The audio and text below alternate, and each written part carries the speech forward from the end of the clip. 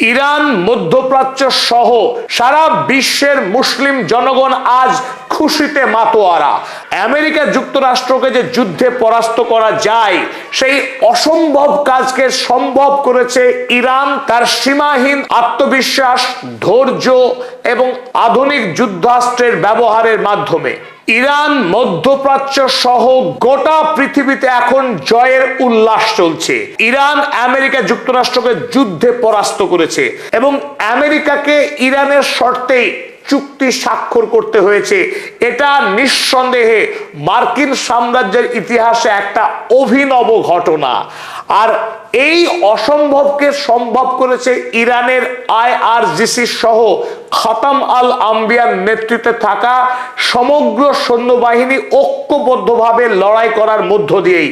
তবে একটি বিষয় সব থেকে তাৎপর্যপূর্ণ এই যুদ্ধে, তার অন্যতম প্রধান কারণ ইরানের অদম্য জেদ এবং হার না মানার মানসিকতা।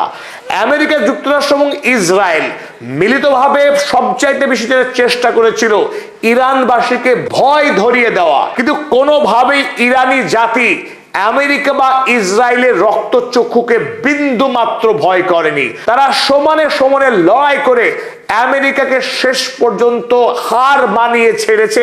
এবং এই মুহূর্তে পৃথিবীতে সবচাইতে যেটা বড় চর্চা, যেখানে চীন আমেরিকার বিরুদ্ধে যুদ্ধ করতে ভয় পায়, এমনকি রাশিয়াও ইউক্রেনের ময়দানে আমেরিকা রাশিয়ার যুদ্ধ চলছে নিঃসন্দেহ, কিন্তু সেই যুদ্ধ ছায়া যুদ্ধ।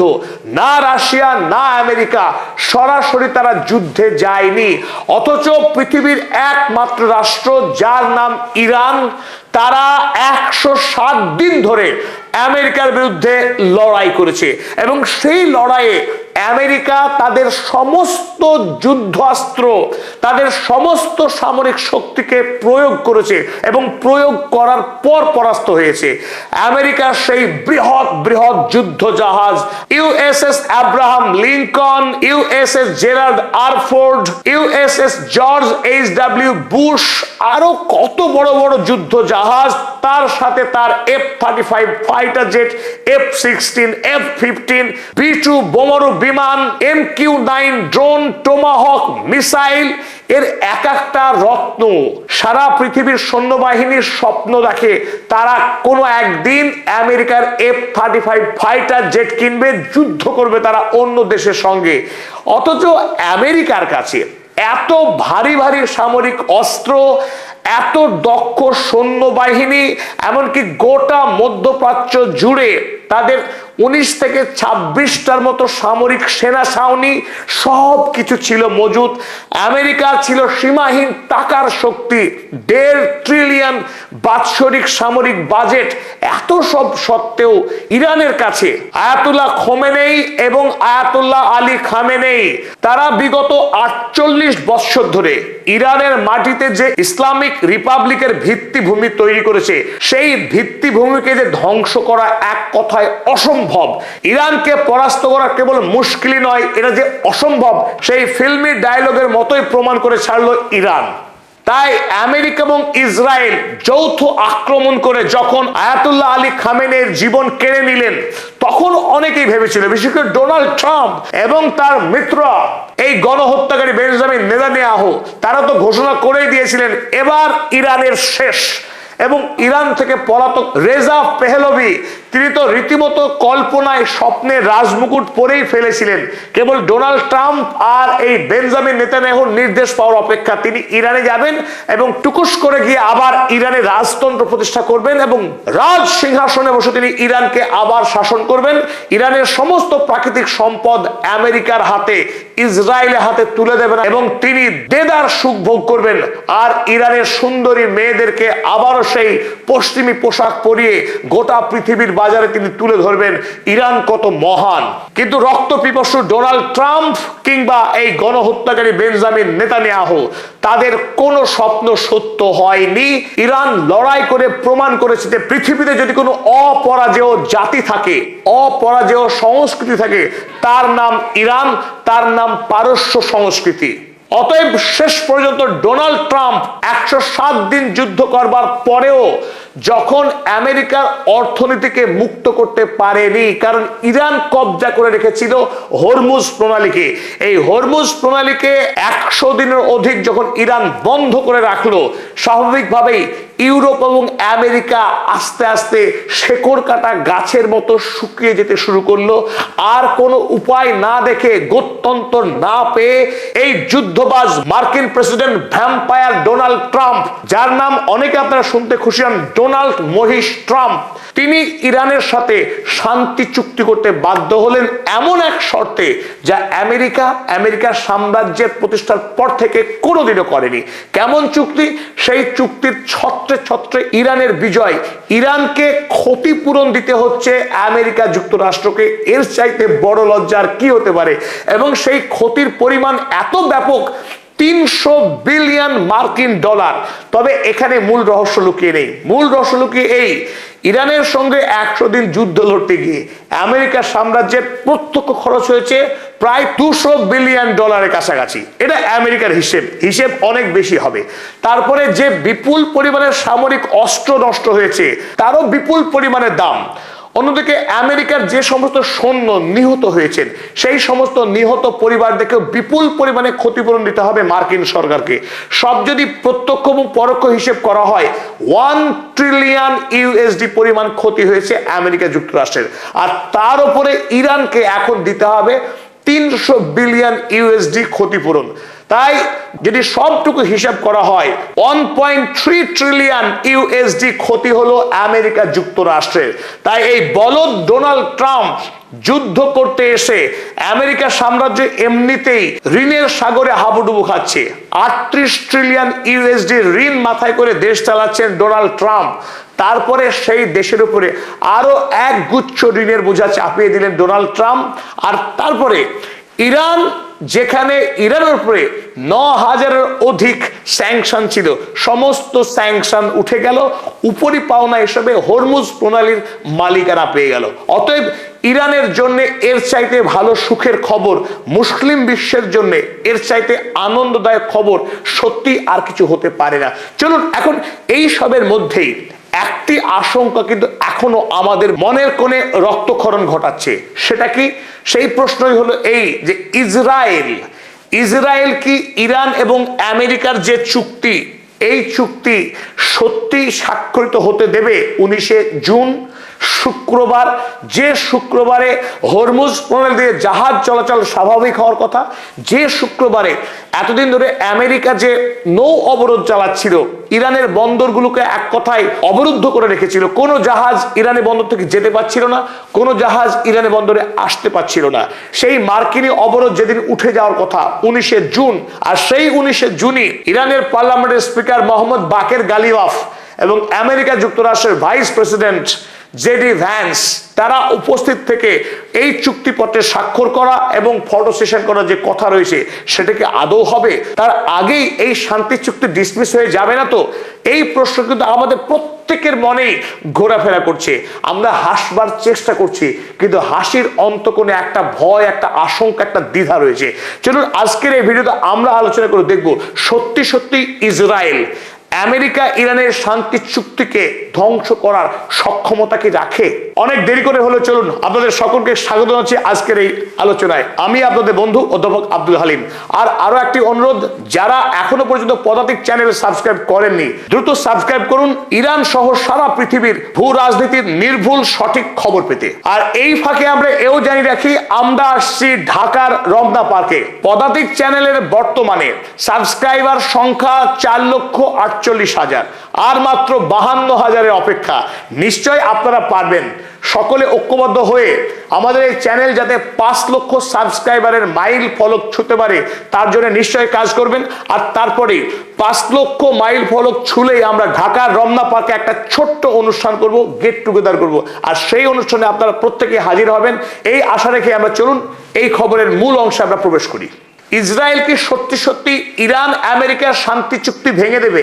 কারণ ইরান আর আমেরিকা যদি বন্ধুত্ব গড়ে তোলে, তাহলে মধ্যপ্রাচ্যে ইসরায়েল রাষ্ট্রের অস্তিত্ব থাকবে না। অলরেডি ইতিমধ্যে ইরান এবং আমেরিকা তারা মেমোরেন্ডাম অফ আন্ডারস্ট্যান্ডিং যে মৌ স্বাক্ষর করতে ঐক্যমতে পৌঁছেছে তাতেই অলরেডি ইসরায়েল রাষ্ট্রের মৃত্যু হয়ে গেছে, অন্তত সেটাই মনে হচ্ছে ইসরায়েলের প্রধানমন্ত্রী থেকে শুরু করে বিরোধী নেতাদের সংলাপ শুনলেই। কারণ গোটা ইসরায়েলে এখন কান্নার রোল শোনাচ্ছে, তারা অসহায় বোধ করছে। কারণ এই প্রথম ৭৮ বৎসরের ইতিহাসে প্রথম আমেরিকা যুক্তরাষ্ট্রের রাষ্ট্রপ্রধানরা ইসরায়েলের বিরুদ্ধে সরাসরি কথা বলতে শুরু করেছে। আপনি আমি পাড়ার মাচাতে বসে, বাড়িতে বসে যেভাবে যে ভাষায় ইসরায়েলের বিরুদ্ধে আমরা কথা বলি, ক্ষোভ উগরে দিই। কারণ এই ইসরায়েল গোটা মধ্যপ্রাচ্য, আফ্রিকা, পৃথিবীর বিভিন্ন প্রান্তে যত গণহত্যা, যত রক্ত, যত অশান্তি হয়েছে তার মূল কেন্দ্রেই থেকেছে এই ইসরায়েল। সুতরাং ইসরায়েলের এই অন্যায় কবে বন্ধ হবে তার বিরুদ্ধে আমরা ক্ষোভ উগরে দিই। গাজা ভূমিতে যে গণহত্যা চালাচ্ছে ইসরায়েল, তার বিরুদ্ধে আমরা ক্ষোভ প্রকাশ করি। ঠিক একই কাজ কিন্তু এই মুহূর্তে আমেরিকা যুক্তরাষ্ট্রের রাষ্ট্রপতি ডোনাল্ড ট্রাম্প তিনিও ঘুরিয়ে ফিরিয়ে সেই কথাই বলেছেন, ঠিক যে কথা আপনি বলেন, যে কথা আমরা বলি। অর্থাৎ ইসরায়েলের প্রধানমন্ত্রী বেঞ্জামিন নেতানিয়াহু তিনি একজন ব্যাডম্যান। অর্থাৎ ইরানের সঙ্গে আমেরিকা যুক্তরাষ্ট্র একটা চুক্তি স্বাক্ষর করবার জন্য আমেরিকা যুক্তরাষ্ট্রকে আর্থিকভাবে দেউলিয়া হওয়ার হাত থেকে বাঁচানোর জন্য অন্তত আমেরিকা যুক্তরাষ্ট্রের রাষ্ট্রপতি ইসরায়েলের বিরুদ্ধে কিছু সত্য কথা বলতে শুরু করেছে। আর একবার যদি ইরানের সঙ্গে আমেরিকার সত্যিকারের বাণিজ্যিক এবং কূটনৈতিক সম্পর্ক খুলে যায়, আগামী দিনে ইসরায়েলের অবস্থা অত্যন্ত ভয়াবহ হবে। ৭৮ বছর পূর্ণ হয়েছে, সামনে রয়েছে ৮০ বছরের খাড়া। এই ৮০ বছর অতিক্রম করতে পারবে কিনা ইসরায়েল, সেটা নিয়েই শুরু হয়েছে বড়সড় প্রশ্ন। তাই আজকের দিনে ইসরায়েলের প্রধানমন্ত্রী থেকে শুরু করে নিরাপত্তা পরিষদের প্রধান বেন গেভির তারা যেভাবে আমেরিকার বিরুদ্ধে বিষোদ্গার করতে শুরু করেছে সেটা কিন্তু অস্বাভাবিক নয়। চলুন, গতকাল ইসরায়েলের এমনকি গণহত্যাকারী প্রধানমন্ত্রী বেঞ্জামিন নেতানিয়াহুর চাইতেও অনেক বেশি ভয়ঙ্কর যিনি নিরাপত্তা পরিষদের প্রধান, এই ইতামার বেন গেভির, যাকে দেখতে সত্যি সত্যি একটা দানবের থেকে কোনো অংশে কম মনে হয় না, সেই দানবটা কি বলেছে ইরান আমেরিকার চুক্তির বিরুদ্ধে। চলুন একবার পড়ে নিই। Trump's agreement does not bind us. তিনি লিখলেন যে আমেরিকা এবং ইরান যে চুক্তি করেছে সেই চুক্তি মানতে ইসরায়েল বাধ্য নয়। বলছেন Itamar, Israel is not subject to the United states. Israel আমেরিকার গোলাম নয়।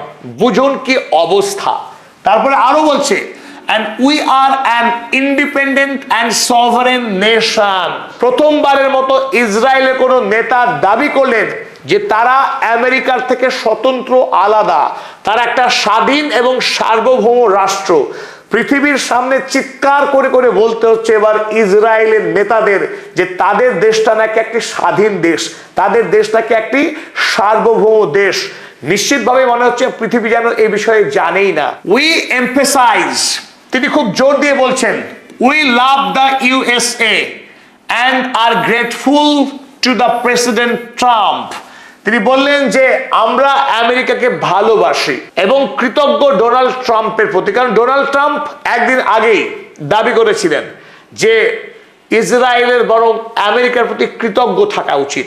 তো তিনি একথা কিন্তু সাহস করে বলতে পারেননি যে তারা আমেরিকার কাছে কৃতজ্ঞ নয়। গোটা পৃথিবী তো জানে যে এই ইসরায়েল যত যুদ্ধ করেছে এবং আজকের দিনেও তার কাছে যে সামরিক অস্ত্র রয়েছে তার সিংহভাগই আমেরিকা দেওয়া। তো সেই আমেরিকাকে অস্বীকার করবে তার সাহস কোথায়? and yet the state of Israel is not a banana republic.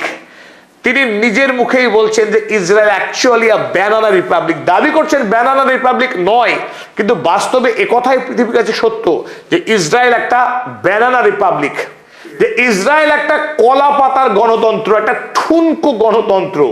সুতরাং তার অবস্থান এবার সে ব্যক্ত করেছে। অর্থাৎ আমেরিকার বিরুদ্ধে কড়া স্টেটমেন্ট দেওয়ার আগে তিনি একটু জায়গা তৈরি করার চেষ্টা করেছেন। এবার তিনি বললেন, we are not partners to this agreement. Iran আমেরিকার যে ডিল হয়েছে সেই ডিলের শরিক নয় ইসরায়েল, অতএব সে যা ইচ্ছা তাই করতে পারে, তিনি বলতে চাইছেন। and it does not bind us in any way. অতএব ইসরায়েলের কোনোভাবে এই নীতি শর্ত মানতে বাধ্য নয়। We must not compromise on anything less than the dismantling of Hezbollah, যে আমরা হেজবুল্লাহকে নিরস্ত্রীকরণ করে তাকে ধ্বংস করেই ছাড়বো, তার আগে আমরা যুদ্ধ থামাচ্ছি না। We must not withdraw from the any territory that our fighters have captured. পৃথিবীর ইতিহাসে এত নির্লজ্জ দেশ, এত নির্লজ্জ মানুষ আর কোথাও হতে পারে না। তারা গর্বের সঙ্গে ঘোষণা করছে যে আমাদের যোদ্ধারা অন্যের দেশ দখল করে নিয়েছে, আর আমরা অন্যের দেশকে যে অংশ দখল করেছি সেই দখল করা জমি ছাড়বো না। অর্থাৎ তারা গর্বের সঙ্গে বলছে যে আমরা বেআইনি, আমরা খুনি, আমরা বর্বর, আমরা দস্যু। এ কথা বলার পরেও তাদের যদি বিচার না হয়, বিশ্ববাসী তাদের যদি শাস্তি না দেয়, তাহলে কার শাস্তি হওয়া উচিত? আর কোন এরিয়ার কথা বললেন এই দানবটি? এই যে হা করে আছে পশুর মতো, আপনি দেখুন একবার মুখখানা, একটা ভয়ঙ্কর বড় পশু, তার হা দেখুন। সত্যি এই মুখের মাঝে কি মানায়? একটা বড় আগুন ছাড়া অন্য কিছু কি মানায়? আমার মনে হয় না অন্য কিছু মানায়। তা আপনারা কমেন্টে লিখবেন যে এই মুখে অ্যাকচুয়ালি সত্যি কি মানায়। এরপরে আপনার ছবিতে যাকে দেখছেন, ইনি হলেন ইসরায়েল কাটজ, ইসরায়েলের প্রতিরক্ষা মন্ত্রী। তিনি কি বলছেন শুনুন। তিনি লিখছেন, Israel to stay indefinitely in lands seized in Gaza, Lebanon and Syria. গাজাতে যে বিস্তীর্ণ অঞ্চল দখল করেছে সেই অঞ্চল, লেবাননের অঞ্চল, বিশেষ করে দক্ষিণ লেবানন, সিরিয়ার বিশেষ করে গোলান হাইটস, এই সমস্ত অঞ্চল যেগুলি ইসরায়েলের বর্বর আইডিএফ খুনি সেনারা দখল করেছে, এই সমস্ত দখল অনন্তকাল ধরে তারা দখলেই রাখবে। এই অঞ্চলগুলোকে কোনোভাবেই তাদের দেশকে ছেড়ে দেবে না। আরো দাবি করেছে রক্তপিপাসু এই প্রতিরক্ষা মন্ত্রী, বলছে Katz also threatened that if Iran attacks Israel over Israel strikes in Lebanon, Israel will strike Iran with great force. আর যদি ইরান ইসরায়েলের উপরে আক্রমণ চালায়, হামলা চালায়, কোন অভিযোগে? লেবাননকে আক্রমণ করছে ইসরায়েল এই অভিযোগে, তাহলে ইসরায়েল আবারও ইরান হামলা চালাবে। তার মানে তারা আমেরিকার সঙ্গে ইরানের যে চুক্তি হচ্ছে সেই চুক্তি মানব না, এই ঘোষণাই করছে।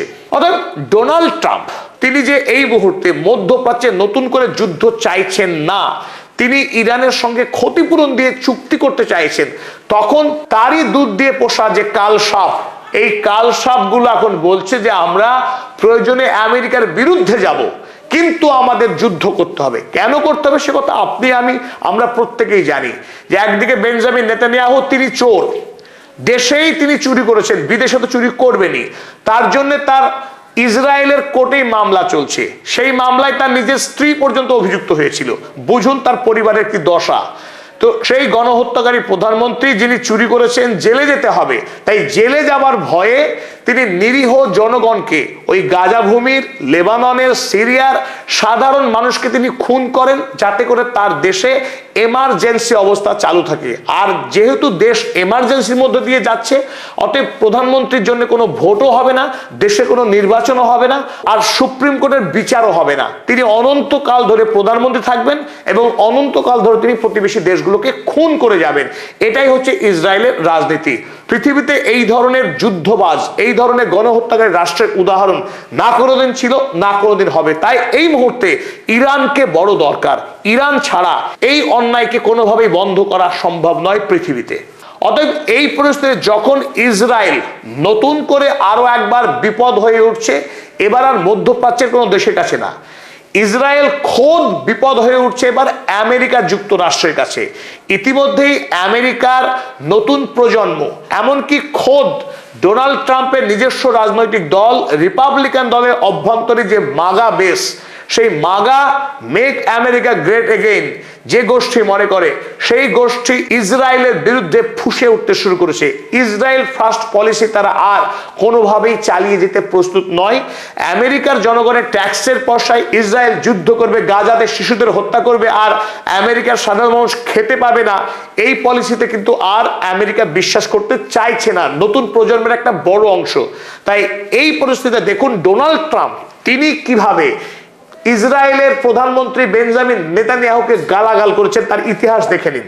কারণ এই মুহূর্তে ডোনাল্ড ট্রাম্প তিনি একটা জিনিসই চাইছেন, ইরানের সঙ্গে চুক্তি করে আমেরিকার অর্থনৈতিক পতনকে বাঁচাতে, অন্তত হরমুজ প্রণালী খোলা রাখতে। 1 জুন 2026 সাল, আজ থেকে মাত্র 15 দিন আগে ডোনাল্ড ট্রাম্প, আপনারা জানেন, বেঞ্জামিন নেতানিয়াহুকে অকথ্য ভাষায় গালাগাল করেছিলেন। You are dash crazy, you would be in prison. Donald Trump phone করেছিলেন বেঞ্জামিন নেতানিয়াহুকে, সেই ফোনে এই সংলাপ হয়েছিল। তিনি বলেছিলেন you would be in prison, তুই জেলে থাকতিস, তোর জেলে থাকা উচিত ছিল। If it were not for me, আমি যদি তোকে না বাঁচাতাম তোর জেলে যাওয়াটা নিশ্চিত ছিল। আর কি বললেন, I am saving your dash, আমি তোকে বাঁচালাম, তোর অমুক বাঁচালাম, কি বাঁচালাম সেটা আপনারা অনুমান করবেন। এভরিবডি হেটস ইউ নাও, এই কথাটা ভেরি ভেরি ইম্পর্টেন্ট। এভরিবডি, পৃথিবীর প্রত্যেকটা মানুষ তোকে ঘৃণা করে। Everybody hates you. কে বলছেন? বক্তা আমেরিকা যুক্তরাষ্ট্রের রাষ্ট্রপতি ডোনাল্ড ট্রাম্প।